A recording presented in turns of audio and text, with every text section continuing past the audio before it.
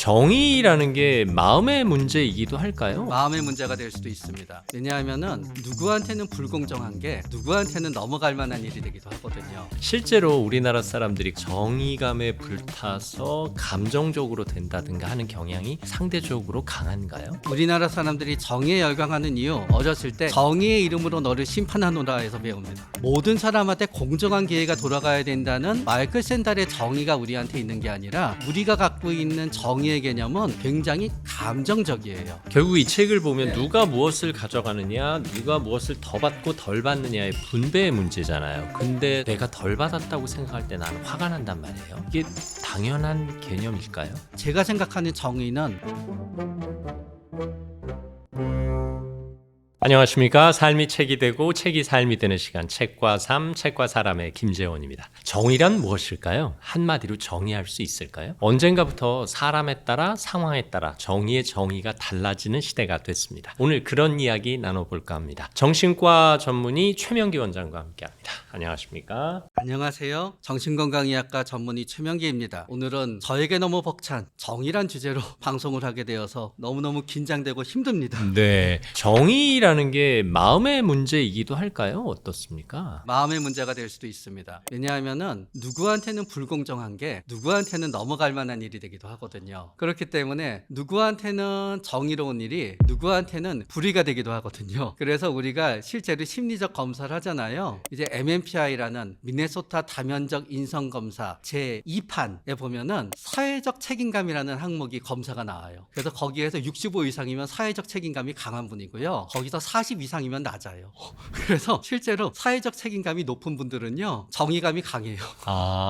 그런 지수가 있군요. 네. 정의의 정의를 얘기하기 위해서는 우리가 이 책을 빼놓을 수가 없습니다. 네, 맞습니다. 네, 마이클 샌델 교수의 네. 정의란 무엇인가. 우리나라에서 꽤 많이 팔렸습니다. 맞습니다. 뭐 200만 부가 팔렸다는 얘기도 있는데 미국에서는 상대적으로 적게 팔렸다면서요. 이게 우리나라 사람들이 정의에 열광하는 이유가 뭘까요? 우리나라 사람들이 정의에 열광하는 이유, 저는 어렸을 때 일단 만화에서부터 시작합니다. 우리 어린아이들이 정의를 배우는 건 언젠가 하면은요, 정의의 이름으로 너를 심판하노라 해서 배웁니다. 그러네요. 그래서 만화를 통해서 처음에 정의를 배웁니다. 왜냐하면 만화를 통해서 결국은 정의롭지 않은 적을 보면서 저 적을 갖다 쳐부시는 게 정의라고 처음에 배워요. 모든 사람한테 공정한 기회가 돌아가야 된다는 마이클 샌달의 정의가 우리한테 있는 게 아니라 우리가 갖고 있는 정의의 개념은 굉장히 감정적이에요. 결국은 우리가 어려서부터 대한민국에서 만화와 중간에 얘기와 영화와 드라마를 통해서 우리가 얻게 되는 정의는 뭔가 하면은요, 처벌이에요. 처벌을 제대로 하는 게 정의가 돼요. 그러나 불공정한 일을 했을 때 다른 사람들은 비겁하기 때문에 나서지 못했을 때 누군가 나타나서 그거를 처벌하면은 그 사람이 정의로운 사람이라고 생각해요. 그렇게 우리나라 사람들이 생각하는 정의는 굉장히 동적이며 굉장히 파급력이 커요. 그런 움직이는 정의를 생각하고 그거를 기대하고 그게 필요했던 시점, 그때는 언젠가 하면 우리가 금융위기가 일어났을 때 우리의 정의의 관점에서는요, 이거를 일으킨 정의롭지 못한 인간들이 있어요. 그들을 제대로 처벌해야 되는 거예요. 그때 이 책이 나왔어요.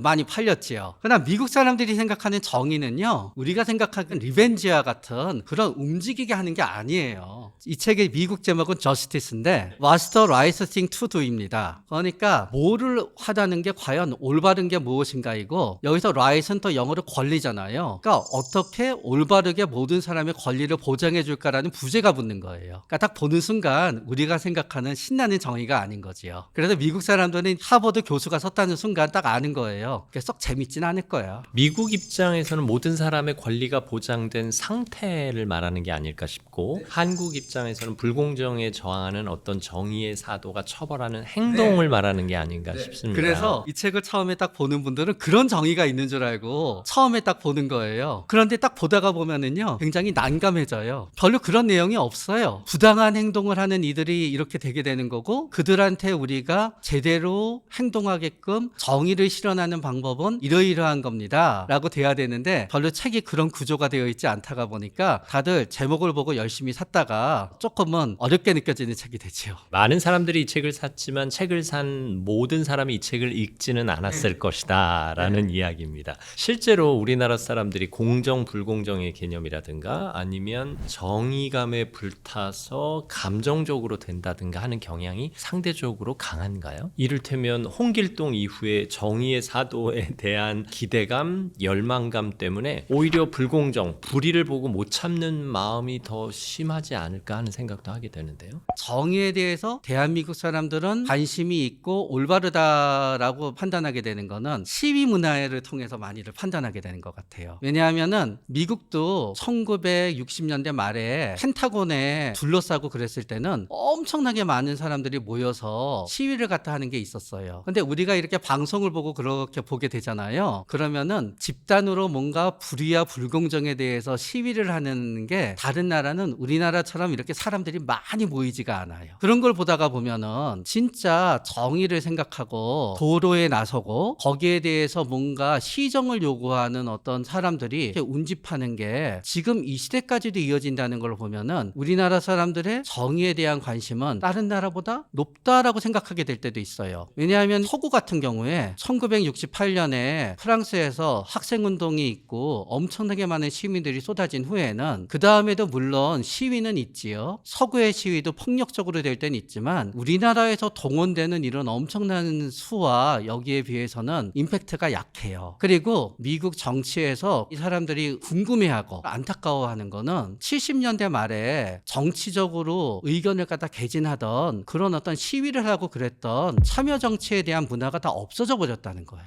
싹 사라져 버렸대요. 그래서 그게 미국의 불공정을 유지하는 이유 중에 하나래요. 그래서 또 그분들은 한국을 보면서 되게 배우자, 부러워하자 그래요. 일본만 해도 옛날에는 춘투다 그래서 정치라든가 모든 부분이 제도권이 되지 않을 때 제도권 밖에서 정치인들을 향해서 뭔가 그걸 알려주는 그런 게 거의 없어요. 그런 점을 놓고 보면은 사회가 정의롭지 않을 때 거기에 대해서 집단으로 시민들이 의견을 펼치는 행동이 다른 나라에 비해서 우리나라에서 좀 더 많다라고 하는 건 맞는 것 같아요. 그리고 확실히 우리나라 영화라든가 드라마라든가 우리가 이렇게 했을 때 아직도 우리나라에서 가장 듣기 싫어하고 가장 나쁘단 말은 비겁하다란 말이에요. 비겁하다는 건 뭐냐? 불의가 행해질 때 침묵하는 사람들이 비겁하게 나와요. 대부분 우리는 그렇게 행동하지요. 사실은 영화나 드라마처럼 정의롭게 행동하는 사람이 별로 없어요. 그런데 이렇게 비겁과 정의를 갖다 대비하는 드라마나 영화나 그런 부분이 우리나라처럼 항상 끼어드는 것은 많지 않은 것 같아요. 그래서 뭔가 이렇게 어떤 영화가 되든지 항상 부당하게 피해를 받고 차별받은 주인공에 대한 서사가 빠지는 법이 없어요. 어떤 사건이 있고 시작하고 어떻게 시작하는 게 아니라 거기에 대해서 꼭 불공정이라는 설명을 줘야만 돼요. 우리나라는 그런 어떤 전체적인 문화의 분위기를 봤을 때 정의에 대한 관심이 남달리 우리나라 분들이 조금은 높다라고 저는 판단해도 되지 않을까 생각하긴 해요. 어쨌든 수치화할 수는 없지만 상대적으로 우리가 불의를 참지 못하고 비겁함을 견디지 못하고 정의를 표현하는 데는 익숙해 있다. 그렇기 때문에 이 마이클 샌델의 정의란 무엇인가가 인기를 끌고 있는 건 아닐까 하는 추정도 할 수 있습니다. 자, 이 책의 인기의 중심에는 마이클 샌델이 있는데요. 우리가 하버드의 명강의를 이끄는 교수로 잘 알고 있습니다. 실제로 마이클 샌델은 어떤 사람인가요? 마이클 샌델은 처음에는 브랜다이스 대학교를 나왔습니다. 그런 다음에 영국에 가서 공부를 했습니다. 그런 다음에 하버드에 가서 교수가 되셨지요. 그리고 매우 조용하게 사시는 분이십니다. 아, 그래요? 강의할 때는 토론식 강의를 갖다 이끌어요. 근데 그거는 마이클 샌델만 그런 게 아니라요. 하버드 행정대학원이건 하버드 경영대학원이건 대부분 그래요. 하버드 경영대학원 같은 경우나 행정대학원은 보통 케이스로 강의를 많이 해요. 그러니까 여기에 나온 이 치어리더 아이에 대한 얘기라든가 아니면 트롤리 케이스를 약간 변형시킨 거라든가 아니면은 여기에서 가족이 범죄자가 되었을 때 그거를 감싸야 되냐 아니냐 아마 여기에서 많은 예는 마이클 샌델이 케이스로 다루는 예일 거예요. 그래서 수업을 어떤 식으로 진행하냐면 케이스를 하나 줘요. 그런 다음에 거기에 대해서 학생들이 의견을 발표하게 해요. 그럼 또 어떤 학생이 의견을 발표한 거에 대해서 대해서 교수가 이제 해석하는 게 아니라 다르게 생각하는 학생이 있습니까라고 해요. 수업을 다 이끌지요. 그런 다음에 랩업을 하는 거로 끝나거든요. 근데 그 부분을 되게 굉장히 잘하는 분인 거예요. 그러다가 보니까 이제 명강의가 됐지요. 좋습니다. 말씀하신 사례가 이 책에 꽤 많이 나옵니다. 네. 다수의 행복을 추구하는 입장에서 마이클 샌델이 사례로 내세운 것이 이제 기관사의 선택입니다. 멈출 수 없는 기차를 모는 기관사가 5명의 인부를 발견합니다. 하지만 옆 철로엔 1명의 인부만이 일하고 있죠. 5명의 인부를 치고 지나갈 것이냐 아니면 선로를 바꿔서 1명의 인부를 칠 것이냐 선택의 문제입니다. 관점을 기관사에서 구경하는 사람으로 바꿉니다. 구경하는 사람도 5명의 인부가 사망 직전이라는 걸 알고 있습니다. 하지만 옆에 서 있는 덩치 큰 사람을 떠밀면 기관차를 멈추게 할 수 있습니다. 그래서 5명의 생명을 구할 수 있는데 내가 떨어질까도 생각해봤지만 나의 왜소한 책으로는 기관차를 멈출 수 없습니다. 두 가지 관점의 선택이 다르게 나타납니다. 이 잘 알려진 트롤리 딜레마, 이걸 우리가 어떻게 이해하는 게 좋을까요? 이게 트롤리 딜레마는 처음에 그분이 공리주의를 공격하기 위해서 만들었는데요. 지금은 대부분 무시하는 쪽으로 갑니다. 왜냐하면 거의 있을 수 없는 일이에요. 거의 있을 수 없는 일을 가정함으로 인해서 실제 이루어지는 것을 방해하는 거는 오히려 별로 맞지 않는 거예요. 그래서 트롤리 딜레마는 요새 대부분 무시합니다. 일어나지 않을 상황에 대해서 왜 생각하지? 그런 다음에 트롤리 딜레마는 또 이렇게 얘기하는 거지요. 여기부터는 공리주의가 할 수 없다는 걸 인정해. 그러나 이걸 공리주의가 해결 못한다 그래도 공리주의가 다 깨지는 건 아니야. 그럼 이거는 다른 방법을 해야 하는 거야. 그러면은 이거 제시한 네가 네 마음대로 해결해. 공리주의의 그 기본 원칙이 흔들리진 않아. 네가 아무리 트롤리 딜레마를 제시한다 하더라도 그건 그 상황과 현장에서 선택이 일어날 뿐이지 이걸로 공리주의를 훼손할 수는 없어. 뭐 이런 뜻인가요? 맞아요. 현미경 같은 거예요. 공리주의는 어느 100배율까지 몰 수 있는 현미경이라고 가정하는 거예요. 그럼 이 현미경으로 못 봐요. 그럼 우리 현미경 쓸모없네라고 100배율을 버려요? 아니죠. 그때는 이제 다른 이론으로 하는 거야. 거기부터 니네가 가져가인 거지요. 그래서 사실은 이거는 비현실적인 이유가 이쪽과 저쪽을 보는 순간 그 순간의 기관사는 결정을 하면서 엄청나게 많이 윤리적 결정을 해요. 왜냐하면 저쪽에 5명이 줄줄이 애냐? 이쪽에 1명이 굉장히 딱 봤더니 현상 수배범이에요. 상황은 만들기 나름이죠. 그런데 그 상황이 알 수 없다라는 전제 아래 만든 거예요. 기관사는 그때 가치를 둬요. 혹은 이쪽으로 갔을 때 집을 갖다 몇 개 부시게 되냐? 어떻게 되느냐? 그래서 결국 기관사의 관점이 우리는 도덕 철학과 도덕이 모든 걸 결정해 주는 게 아니에요. 결국은 이게 아니라 대부분 법이 결정하게 돼요. 그래서 기관사들은 배워요. 이랬을 때 어떻게 되는지 훈련해요. 대응 훈련을 하는 셈이군요. 네, 사실 솔직히 사례는 그렇게 돌아가요. 비행기를 어디 떨어뜨려야 된다고 하듯이. 그래서 결국 기관사님들은요, 자기가 제일 처벌을 덜 받는 쪽으로 움직이게 배워요. 그리고 가장 처벌을 덜 받는 쪽이 가장 사회에 이익이 되는 쪽이 돼요, 사실은.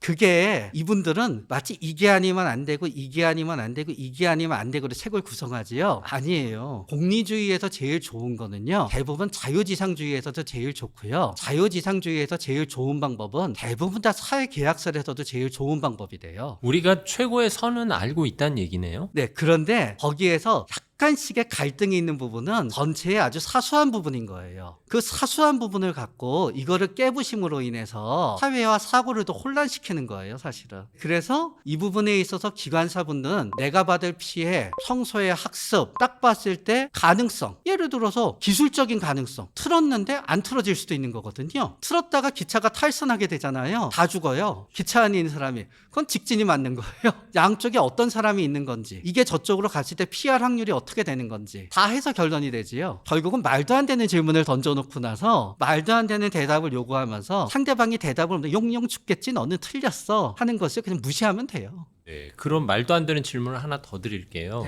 AI가 차량을 운행하는 시대가 됐습니다. 이런 딜레마에서 AI 자율주행차는 어떤 선택을 할까요? AI 자율주행차의 선택은 계속되는 판결에 의해서 결정돼요. 실질적으로 지금은 AI는 두 개로 나눠져요. 챗GPT 같은 거는 중앙 서버가 내려주는 거예요. 그렇기 때문에 우리가 AI는 어떻게 해야 되냐는 중앙에 의해서 관리가 된다고 생각했을 때의 전제 조건인 거예요. AI가 분산형이 되잖아요. 그러면 AI 자동차는 각각이 학습해요. 각각의 운전자의 운전 방식에 따라서, 그 운전자의 가치관에 따라서. 그래서 몰라요. AI는 그냥 AI가 원하는 대로 하게 돼요. 그러나 제 추측은 거기에 대해서 계속 법이 저촉을 하게 되는 거예요. 그래서 저는 AI가 어떻게 하게 될까에 대해서 몇 가지 선택의 축은 제가 예상할 수 있어요. 첫 번째, 가능하면은 적은 사람이 죽어야 된다. 왜냐하면은 많은 사람이 죽잖아요. 그때는 이 차를 모는 운전사는 성량이 더 올라가요. 법이 그렇게 되어 있기 때문에. 두 번째, AI의 선택이 일반 사람들이 선택하는 합리적인 선에서 벗어나게 되면은 과징금이 더 늘어나게 될 거다. 그러니까 보통 사람들이 하게 되는 선택에 의해서 움직이게 돼요. 세 번째, 이 선택이 형량을 적게 받아야 된다는 거기 때문에 판사가 입장하기에 합리적인 선택이 돼야 된다. 마지막 선택, 목숨이 오가는 선택이 아니다 그러면요, 내 차가 많이 파괴가 되면 안 된다. 그러나 내 차가 파괴가 되지 않는 대신 공공기물을 부숴서 더 많은 비용이 나가면 안 된다. 몇 개의 선택의 기준에 의해서 움직이게 되지요. 그러나 결국은 이 선택을 결정하게 되는 거는 AI가 아니라 사법체계예요. 그래서 무수히 많은 재판이 벌어질 거고요, 무수히 많은 판례가 생길 거고요, 그 가운데 가장 중앙에 집중이 생기게 되는 거지요. 결국은 도덕 철학을 하는 사람들과 이분들은요, 자기네가 많은 걸 하는 것처럼 얘기해요. 그러나 사실 별로 그다지 솔직히 말씀드려 하는 게 별로 없어요. 대부분 법이 결정하고요, 대부분 각자의 심리적 이기주의가 결정해요. 그 상황의 순간적인 판단이 결정을 한다는 얘기인데, 어쨌든 행복 극대화 차원에서 최대 다수의 최대 행복을 이야기하는 공리주의는 다수의 행복, 공동체의 행복을 이야기하는 과정에서 개인의 자유가 폄하되는 건 사실이죠. 그러나 개인의 자유의 평균은 폄하가 되지 않아야지 공리주의가 맞는 거지요. 그래서 결국은 항상 뭐를 할 권리야 뭐를 안 할 권리 사이에서 우리는 왔다 갔다 하는 거예요. 그래서 진정한 공리주의에서는요, 그 집단의 자유가 최대한 폄하가 되지 않는 쪽에서 가야지 진정한 공리주의가 되는 거예요. 집단의 자유, 개인의 권리의 평균이 저하되지 않는 선에서 다수의 행복을 추구해야 된다. 일상에서 일어날 법한 일들인데요. 이 사례가 A냐 B냐라는 선택을 요구합니다.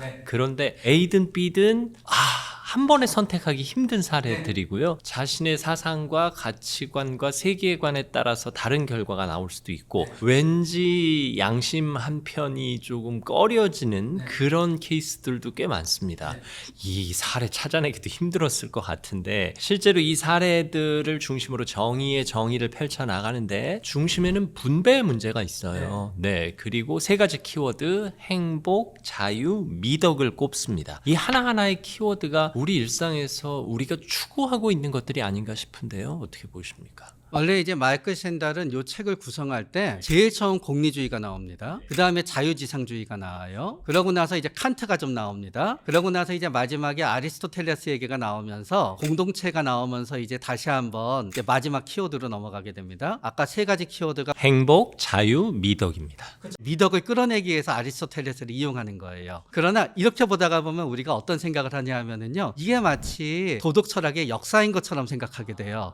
이게 맞나 보다. 사실은 그렇진 않아요. 도덕 철학의 도덕의 역사는 어디에서 시작했냐 하면은요, 처음에는 종교, 전통, 관습, 예의범절, 불문율만 통하던 시대가 있었습니다. 그리고 그 시대 다음에 이제 나타났었던 게 뭔가 하게 되면은 이제 산업혁명이 이루어지고 그러면서 저도 여기서 배웠습니다. 심리적 이기주의라는 게 먼저 생겼습니다. 그거는 왜냐하면은 불문율, 예의범절, 어떤 관습에 의해서 이익을 받는 사람들을 깨기 위해서 저 사람들이 저렇게 얘기하고 이거를 도덕으로 얘기하는 거는 다 지가 이익이 있어서 그러는 거야. 속으면 안 돼. 그래서 다 저 밑엔 이기주의가 있어 해서 이제 심리적 이기주의라는 게 생겼어요. 심리적 이기주의 다음에 나오는 판은 뭔가 하면은 윤리적 이기주의인 거예요. 근데 윤리적 이기주의는 뭔가 하게 되면은 저들을 도와주는 게 과연 저들이 원하는 걸까? 정신과 의사인 저는 가끔 이런 생각할 때 있어요. 길을 가다가 보면은 노숙자 같은 분이신데 혼자 얘기도 하시고 누가 봐도 조현병이 의심이 되는 분이 있어요. 간혹 있죠. 그러면은 우리는 얼핏 생각하면 그분들을 병원에 입원해서 치료를 해야 된다고 생각해요. 그러나 저는 가끔 생각해요. 그러나 저게 저분들이 원하는 삶인데? 저분들은 아마 병원에 입원해서 치료를 하게 되면은 되게 갑갑해 할걸? 병원에 입원해서 치료를 하더라도 나오면 다시 약을 안 드시는 쪽을 선택하고 이쪽 삶을 선택하실걸? 그게 이제 윤리적 이기주의. 윤리적 이기주의는 뭔가 하면은 내가 남을 위해서 뭔가를 하는 게 그 사람의 직접적 동의를 받지 않았다 그랬을 때 과연 올바른가 생각하게 되면서, 그게 자유지상주의란 결국은 연결이 돼요. 자유랑. 뭐가 되냐면은 누군가한테 세금을 얻어서 그 세금을 누군가한테 분배하는 과정이 과연 올바른 거고 과연 이 세상에 이익을 많이 가져올까 생각하게 되는 거죠. 왜냐하면은 세금을 내기 전에 이 돈이 있잖아요. 나는 이 돈을 내가 쓰고 싶은 데 써요. 그러니까 100% 효율이지요. 근데 이 세금을 걷어서 누군가한테 서비스를 제공해줘요. 이 서비스를 제공받는 사람은 100% 만족을 못 하거든요. 만약에 나는 세금을 갖다 내지 않는 대신 뭐를 사면 나는 100% 만족해요. 그러나 이거를 세금을 걷어서 누구한테 급식을 제공해요. 근데 이 급식은 그 사람이 사 먹는 완벽한 건 아니잖아요. 나는 힘들게 내 세금을 갖다 내서 급식을 제공받았는데 이 사람은 그 급식이 맛이 없어서 안 먹을 수도 있거든요. 복지를 위해서 내 부를 어느 정도 희생했지만 그리고 나의 만족을 어느 정도 포기했지만 그렇다고 그것이 타인의 만족을 보장하는 건 아니란 뜻이네요. 네, 그러다가 보니까 자유지상주의자들은 신무정부주의자라 불러요. 과거에 수정되기 전에 무정부주의자들은 진짜 정부가 없는 거예요.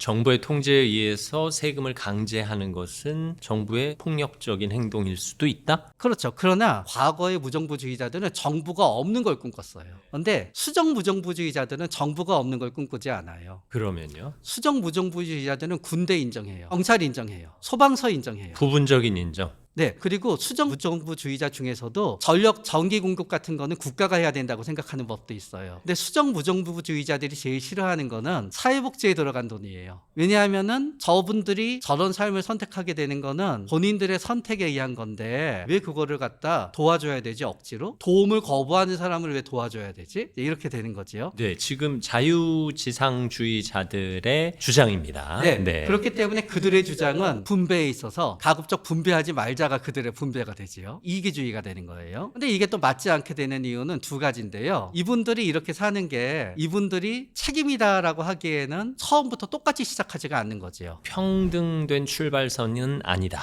왜냐하면은 이 사회는 유산을 받잖아요. 유산을 받은 사람은 굉장히 앞서 시작하는 거죠. 이 사회가 유산이 없는 사회이고요. 이 사회가 자녀가 태어났을 때 모든 자녀는 부모 밑에서 자라지 못하고 보육시설에서 자라서 전부 똑같이 시작하게 되면은 자유지상주의자가 맞을 수도 있어요. 내가 성공한 거다 내가 잘나서니까. 이제 분배라고 하는 게 돈도 분배가 돼야 되지만 어떤 공간도 분배가 돼야 되는 거고 편안함이 분배가 돼야 되는 거잖아요. 자유지상주의자들이 주장하는 제일 중요한 자유는 뭔가 하면 뭔가를 할 자유예요. 그런데 사실은 우리에게는 뭐를 안 할 자유도 있어야 돼요. 그런 자유지상주의자들이 이런 거예요. 사람들이 많이 있거든요. 좀 큰 소리로 얘기하잖아요. 그런 주위에서 조용히 해주세요. 그런 자유지상주의자는 이런 거지요. 여기 말할 권리도 없어? 일종의 권리의 충돌이네요. 누군가는 조용히 있을 권리도 있으니까요. 그러나 이제 그렇기 때문에 자유지상주의자들의 뭐를 할 권리, 그러니까 내가 내 마음대로 내 돈을 쓸 권리를 갖다 너네가 뺏어가는 게 아니냐 하는 거는 또 우리 너무 힘들게 사는 사람들의 가난하지 않게 살 권리를 침해하게 되죠.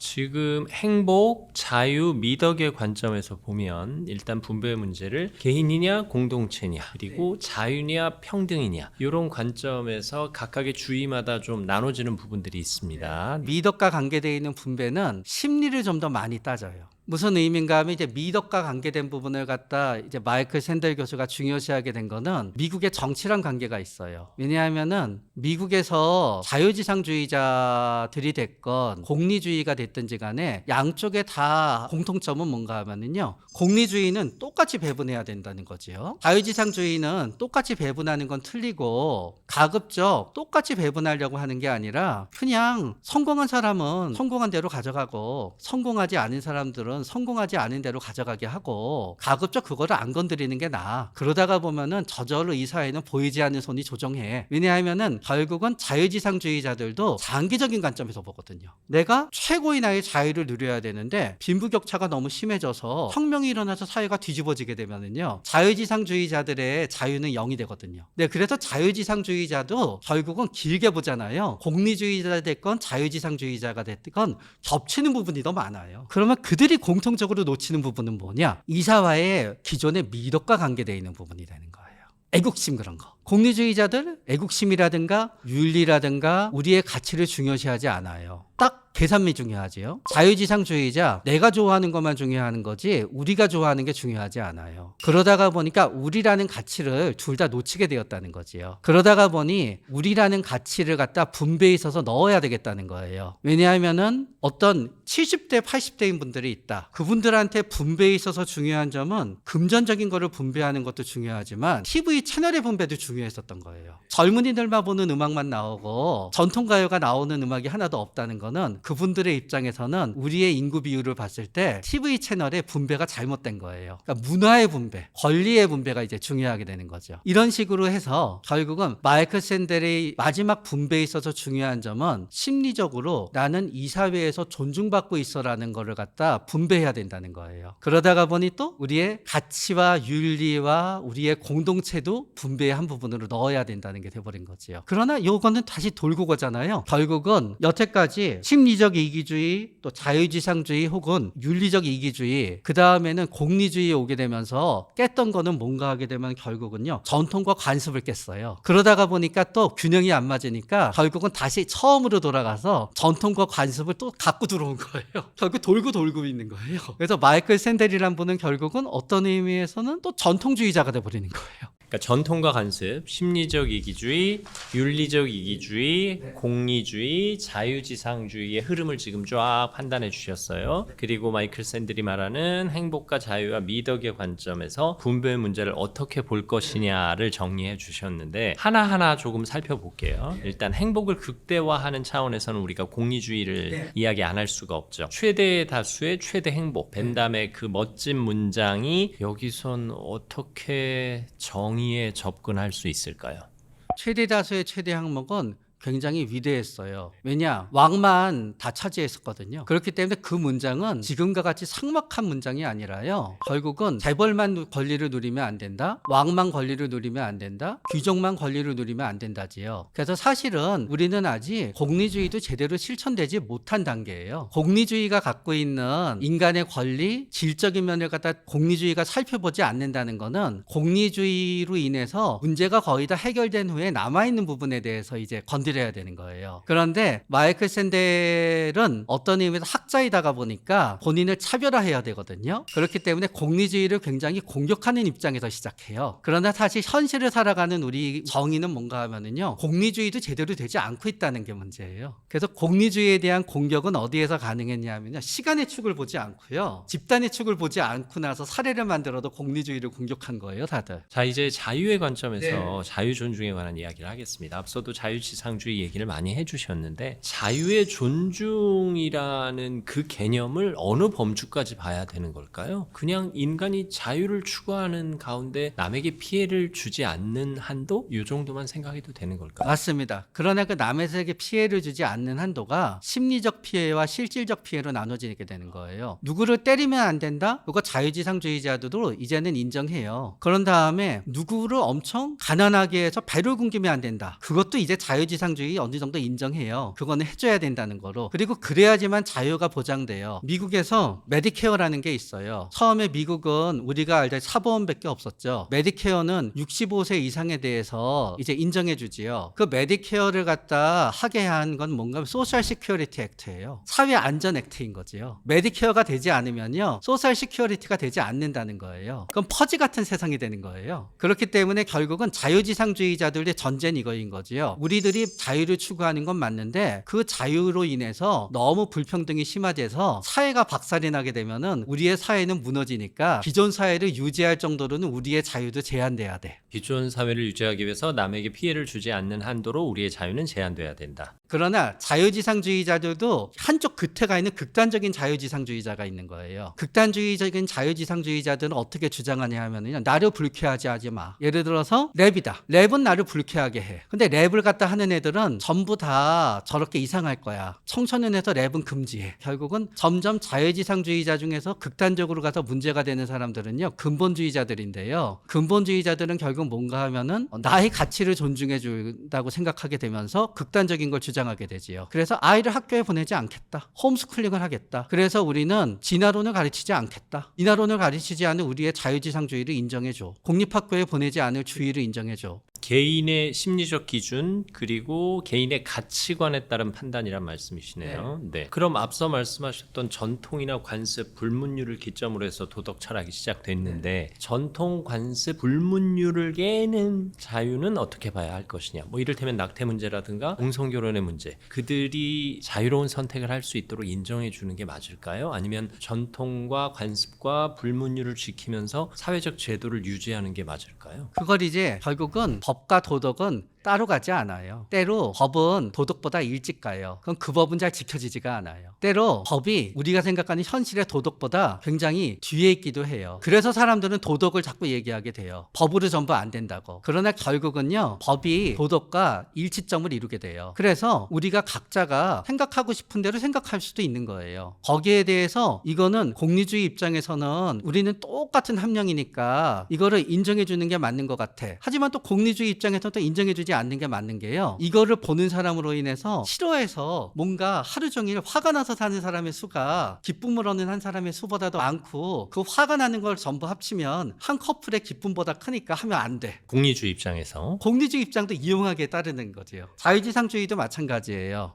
모든 게 자유지상주의니까 우리는 이게 할 권리가 있어 라고 생각할 수도 있지만요. 또 이거를 이렇게 하게 되면은 안 볼 사람들의 권리를 갖다 침해하니까 또 우리의 자유를 침해하잖아. 그러니까 이제 될 수도 있는 거지요. 그렇기 때문에 사람들은 자꾸 여기서 도덕이 하게 되는 이유가 우리는 자꾸 어떤 마음을 갖게 하냐. 좋다 싫다는 명확해요. 근데 좋다 싫다 갖고선 남을 설득할 수가 없어요. 남을 설득하고 싶어져요. 그러니까 그거를 자꾸 옳다 그르다로 만들어야 되는 거예요. 옳다 그르다로 만들어고 싶은데 법이 아직 저촉이 된다 저촉이 되지 않는다면 주장하면 되거든요. 그러니까 이게 전쟁이 벌어지는 거예요. 좋고 싫음을 옳다 그르다로 만들고 싶다가 보니까 이제 거기에 대해서 도덕과 명분을 갖다 찾게 되는 거예요. 네가 하는 일은 저건 도덕적으로 옳지 않아. 저건 도덕적으로 옳아. 그래서 사실은 하는 사람도 이거는 정당과 정당의 싸움이기 때문에 어떤 윤리의 틀로 우리가 결정하고 옳다 그르다로 생각할 수 있는 거에 한계가 있는 게 맞지요. 어쨌든 마이클 샌달이 말하는 정의란 무엇인가의 차원에서 설명하는 공리주의라든가 자유지상주의 관점에서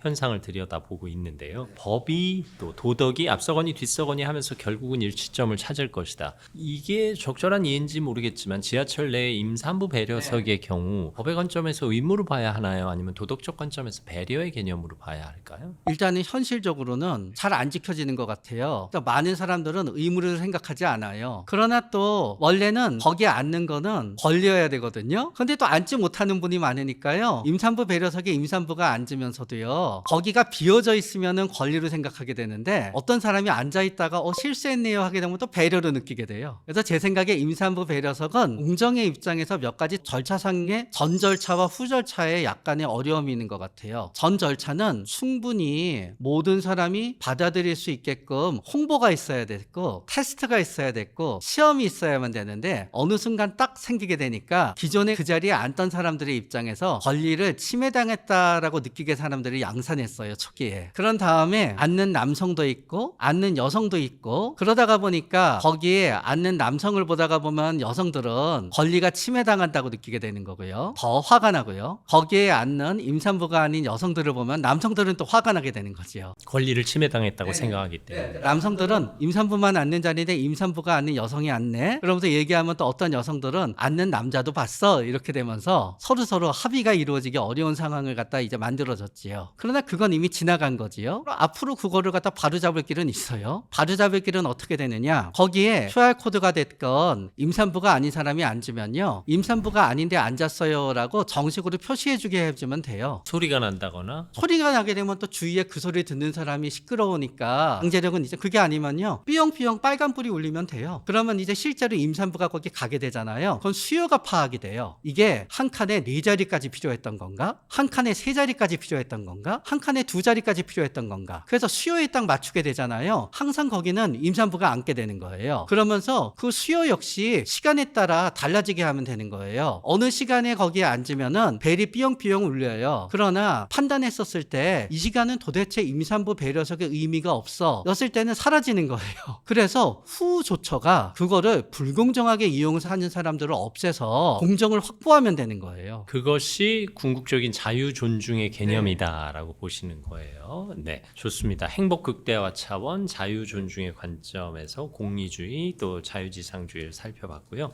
이제 미덕 추구의 관점에서 접근해 보면 아리스토텔레스가 말하는 좋은 삶에 대한 이야기부터 해야 되지 않을까 싶어요. 네, 어떤 걸까요? 일단 아리스토텔레스가 생각하는 거는 굉장히 좋은 삶을 떠나서 모든 존재란 완벽하고 고칠 필요가 없는 상태에 이르러야 된다고 생각했어요. 그래서 이제 아리스토텔레스의 굉장히 유명한 말은 뭔가 하면요, 4가지 원인 그런 게 있어요. 이게 뭔가 하면은 진료인, 형상인, 작용인, 목적인 그렇게 얘기해요. 진료인은 재료예요. 형상인은 그 재료에는 어떻게 되는 모양이 이미 간직되어 있다는 거예요. 대리석이 있으면은 그 대리석에는 미켈란젤로의 조각상이 될 운명이 있는 거예요. 그러면 그 형상인이 있게 되는 거고요. 그런 다음에 작용인이 있게 돼서 미켈란젤로가 뚝딱뚝딱 하는 거지요. 그러고 나면 목적인이 있게 돼서 다비드상이 됐다. 그러면 사람들한테 어떤 목적이 있게 되는 거지요. 그럼으로 인해서 그 돌은 완벽함에 도달하게 되는 거예요. 모든 사람이 그렇게 돼야만 돼요. 모든 사회가. 그래서 아리스토텔레스가 생각하는 완벽한 삶은 중용에서 나오게 되는 거예요. 그래서 이제 아리스토텔레스는 어떻게 생각했느냐? 예를 들면은요, 용기가 과도하면 무모함이 돼요. 용기가 부족하면 비겁함이 돼요. 그 사이에서 그 상황에 따라서 중간에서 완벽한 선택을 갖다 하게 되는 거예요. 완벽이 이어지는 게 이제 삶이 되는 거지요. 그러다 보니 아리스토텔레스가 생각하는 폴리스는 완벽한 중용을 갖다 이룰 수 있는 사회가 되어야만 돼요. 그리고 아리스토텔레스가 그래야만 되는 이유는요, 폴리스 역시 완벽해야 돼요. 완벽한 폴리스가 되기 위해서는요, 거기에 사는 모든 개개인이 완벽한 덕을 갖추어야 돼요. 완벽한 덕을 갖추기 위해서는 어떤 의미에서 완벽이 거기에서 연습될 수 있게끔 그 사회가 구성이 돼야 돼요. 그게 이제 아리스토텔레스가 생각한 거지요. 그렇기 때문에 아리스토텔레스가 생각한 덕에 해당되는 삶이 여기서 샌델이 제시한 무슨 공동체의 미덕이 존중되는 사회가 아닌 거예요.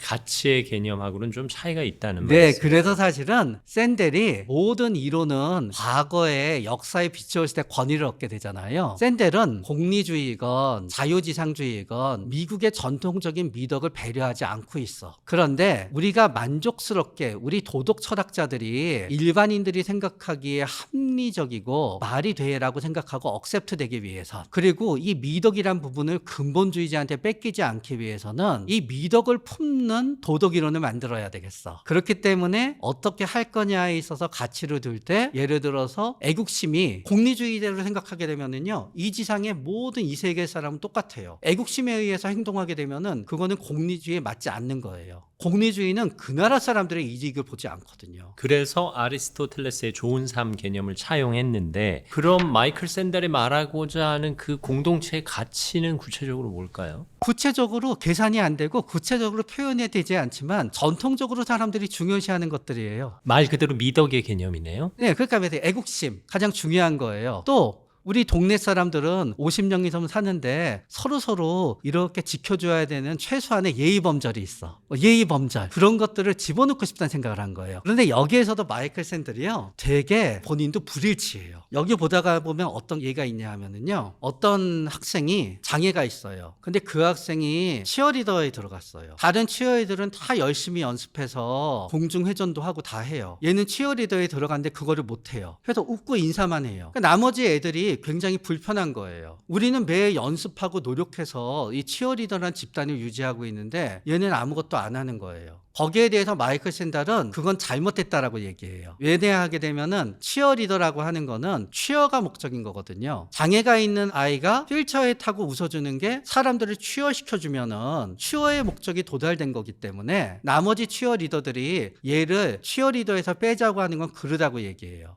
치어의 수단과 방법이 획일화될 필요는 없다라는 얘기네요. 왜냐하면 이거는 미국 전체에 있어서 어떤 의미에서 장애인을 배려하다는 게 미덕이니까요. 그러나 이 학교의 치어리더라는 집단에서 그 집단만 공동체를 생각해 보세요. 공동체 윤리는 얘 때문에 깨지고 있잖아요.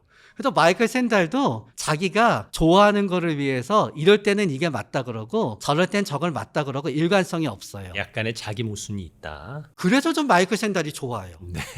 왜냐하면 우리는 어떤 상황에 있어서 공리주의가 가장 우리 사회를 화합시키면서 많은 사람들을 만족시킬 때는 공리주의를 써먹으면 돼요. 이 주제에 있어서는 자유지상주의가 가장 많은 사람들을 합의에 이르게 하고 불만을 없애고 사회를 화합하면서 저절로 굴러가게 할 때는 자유지상주의에 기인하면 돼요. 이거는 그냥 이기주의를 이용하면 돼요. 때때로 여기에 대해서는요, 한일전 하고 있어요. 그런데 저쪽에서 반칙했어요. 그런데 사실은 사소한 반칙일 수도 있어요. 그러나 우리는 퇴장해야 된다고 주장하는 거예요. 그때 어떤 사람만 저건 퇴장감이 아니에요. 여기에 퇴장해야 된다고 하는 대한민국 국민들 전부 침착하세요. 부끄러운 줄 아세요. 제정신이 아닌 거지요. 그때는 우린 다 무시하고요. 그냥 공동체주의로 넘어가야만 돼요. 운동경기 보고 있을 때는 대부분의 분들은요, 공리주의 다 잊어먹어요. 무슨 공리주의야. 우리 선수가 무조건 최고지. 자유지상주의 잘 잊어먹어요. 아니, 일본 선수가 잘한다고 해서 그 선수는 이 게임에서 2골 넣어야만 되고 우리 선수 못하니까 평균대로 1골만 넣어야 돼? 아닌 거지요. 그래서 사실은요, 가장 완벽한 도덕을 갖추고 도덕 철학을 갖추신 분들은요, 주의와 마찰이 없고 나의 정의와 타인의 정의가 이루어지게끔 그냥 적당할 때 적당한 걸 써먹는 거예요. 상황 논리에 따라 최선의 방법을 찾는 거네요. 그래서 전 마이클 샌달이 너무 마음에 들었어요. 결국 이 책을 보면 누가 무엇을 가져가느냐, 누가 무엇을 더 받고 덜 받느냐의 분배의 문제잖아요. 근데 사실 내가 덜 받았다고 생각할 때 나는 화가 난단 말이에요. 이게 당연한 개념일까요? 요거를 당연한데 당연하게 생각하지 않는 이유를 갖다 우리가 생각해 보면 됩니다. 길에서 500원짜리 줍잖아요. 500원짜리 버리고 가는 분 봤나요? 다들 주워서 가져가요. 근데 남이 500원짜리 남한테 이렇게 주겠다고 약속하고 안 주잖아요. 근데 그 사람이 야 500원 주기로 했잖아 그러잖아요. 다들 겨우 500원 때문에 그래요. 그렇죠. 저 사람이 뭐를 못 받았어요. 내가 보기엔 항상 별거 아닌 것처럼 보여요. 당사자는 못 받았잖아요. 항상 더 크게 보여요. 100만 원의 돈이 있어요. 그런데 그 사람이 한 달에 1억 원씩 벌어요. 그 사람한테 100만 원을 내가 꾸고 안 갚았어요. 1억 원 버는 사람이 그 다음 달에 얘기해요. 야, 너 왜 100만 원 안 갚니? 그건 속으로 생각해요. 아니 100만 원 갖고 왜 그래? 아무리 작은 거라도 남보다 덜 받으면 억울한 게 맞아요. 그러나 그 사람이 덜 받는 게 나한테 이득일 때는요, 나의 입장에서는 항상 그 사람이 덜 받는다고 얘기하는 게 우스워요. 애게 고고 같고. 그러다가 보니까 우리는요, 내가 공정한 대우를 받지 못해서 억울해하는 거에 대해서 스스로 내가 과하지 않을까 항상 생각하게 되는 거예요. 결국 관점의 문제네요. 그래서 항상 우리들은 뭐가 되었든 내가 똑같이 분배받지 않았을 때요, 억울해할 권리도 있고요, 억울해하는 건 맞아요. 그러나 그 억울함을 갖다 표현했을 때 주위 사람들이 너무 다 그 억울함을 인정해주지 않을 것 같을 때 있잖아요. 그때는 결국 그 억울함을 표현해서 내가 받게 되는 피해가 더 적으니까 나는 때때로 그 억울함을 감수해야 될 때가 있을 뿐이에요. 명쾌합니다. 네. 어떻게 보면 이 책 사용 설명서를 지금 원장님께서 정리해 주신 게 아닌가 싶은데, 그러면 개인 독자 입장에서 이 책을 읽고 스스로에게 어떤 질문을 던지면 좋을까요? 이 책을 읽고요, 이거는 아닌데 싶으면요, 아닌데에 대한 나의 반대 이론을 얘기하시면 돼요. 그동안 내가 너무너무 우리 가족을 돌보고 우리 종친의 윤리에 맞춰서 살아왔어. 그러다가 보니까 내가 너무 우리 학벌에만 내가 의존했어. 내 생각에는 우리 대학을 나오지 않았지만 요번에 사장은 이 사람이 됐으면 해. 이 사람을 믿으니까 너무너무 주위에서 다 나를 갖다 비난하고 욕했어. 그래, 이 책을 공리주의만 읽으세요. 내가 맞는 거였잖아. 최대 다수의 최대 행복, 우리 전체 회사 직원의 행복, 학벌과 관계없이 뽑아야지 하면 되는 거예요. 그렇게 돼서 우리는 내가 맞는 상황에 맞게끔 내가 맞는 도덕 철학 원리를 갖다 뽑아내서 내가 사용하면 되는 거예요. 또 때때로는 내가 너무 주의랑 마찰이 많아요. 나는 맞는데 남이 틀린 것 같은데 너무 마찰과 반격이 커서 내 생각을 바꾸지 않고서는 살아남을 수 없겠어요. 그때 공리주의 읽으면서 생각하시면 돼요. 공리주의 관점을 읽고 나는 너무 차별주의적이었구나. 내가 잘못됐던 거였어. 나는 몰랐지만 이게 맞는 거네 하면서 나 혼자 내가 틀렸다고 생각하면 억울하지만 권위가 있으면 덜 억울하거든요. 배웠어. 그러나 이거 역시 어떤 의미에서 심리적 이기주의인 거지요.